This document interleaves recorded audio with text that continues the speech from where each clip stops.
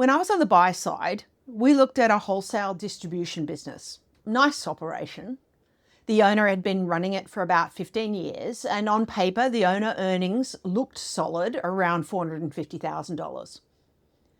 The broker was confident, the seller was ready to move on, and you could tell he was probably just a bit tired, and even if he wouldn't say it directly.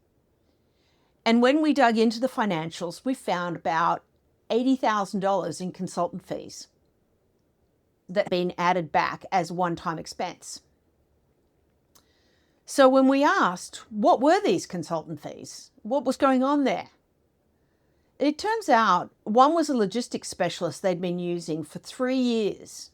Another was a marketing contractor who ran their trade show presence every single year. These weren't one-off costs. They were really recurring costs and the cost of doing business. And when we adjusted for that, the real owner earnings dropped to around $370,000.